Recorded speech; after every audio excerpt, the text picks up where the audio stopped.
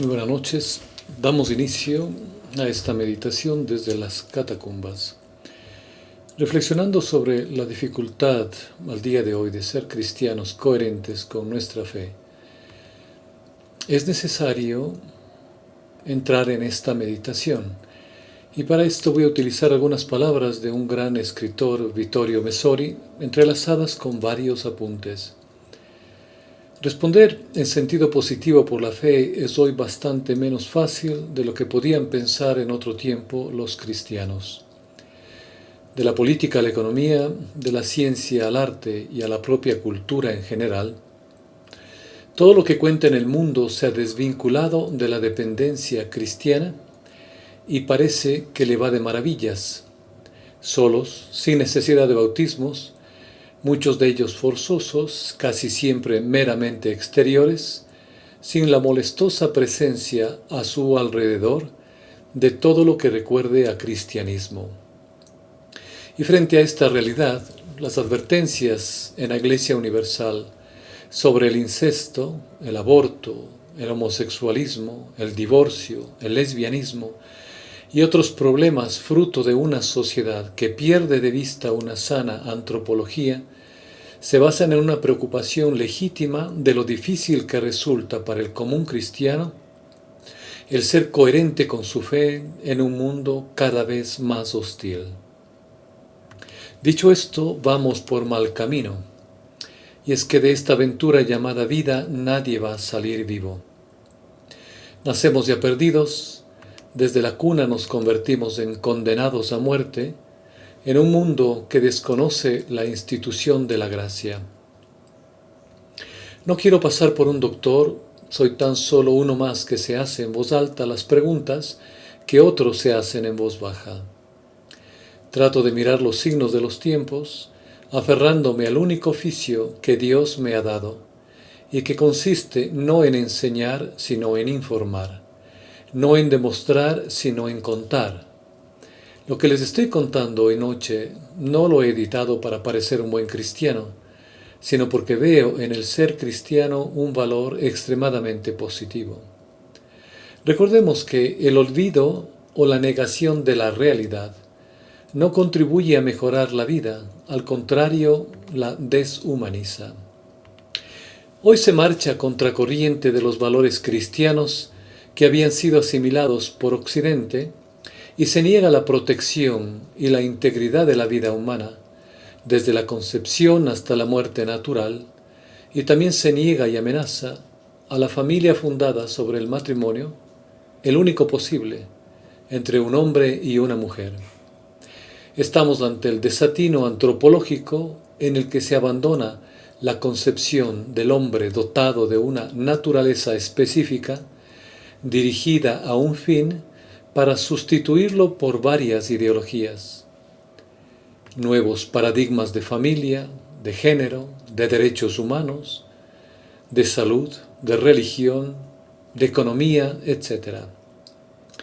En el fondo todos son eufemismos que no son nada más que la perversión de la moral natural, de la verdad y del mínimo sentido del derecho. Y recordaremos que hasta los romanos reconocían el derecho del naciturno como persona, por ejemplo. ¿Para qué todo esto? Para instaurar un nuevo orden mundial. Para ese nuevo orden, la fe cristiana y católica en particular es la enemiga. En el fondo, el enemigo es Cristo mismo. Por eso los ataques van dirigidos contra la institución más fuerte en el ámbito cristiano, que es la Iglesia Católica, y contra todo lo que tiene que ver con las Sagradas Escrituras, el magisterio y la tradición bimilenaria, hasta acabar con ellos. En definitiva, hay ejecutores en las distintas ramas de la acción humana en un plan que se ha venido desarrollando desde hace muchísimo tiempo, siglos, y ahora estamos entrando en una etapa final. Ningún grupo humano, ninguna mente humana podía ser tan inteligente ni tan preparada como para haber alcanzado lo que está a punto de alcanzar, no en una generación, sino en muchas. El plan este plan, hay que decirlo, es diabólico. Tal vez te preguntes, ¿por qué todo esto? ¿Por qué tanto desastre? ¿Por qué tanto sufrimiento? ¿Por qué tanto destrozo? ¿Por qué tanta enfermedad? ¿Por qué tanto dolor? Hermano mío, estas son las consecuencias de los pecados de los hombres, de nuestros pecados.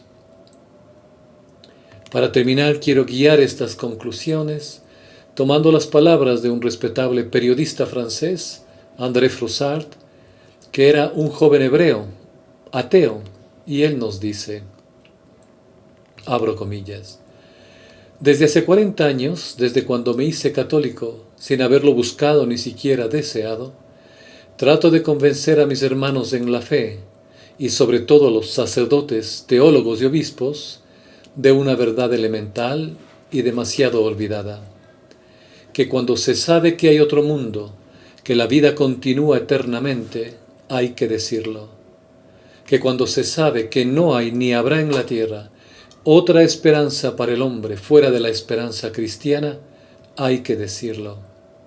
Si no sabéis esto, ¿qué es lo que predicáis? ¿De qué eres maestro? Qué buena noticia es la que anunciáis a los pobres.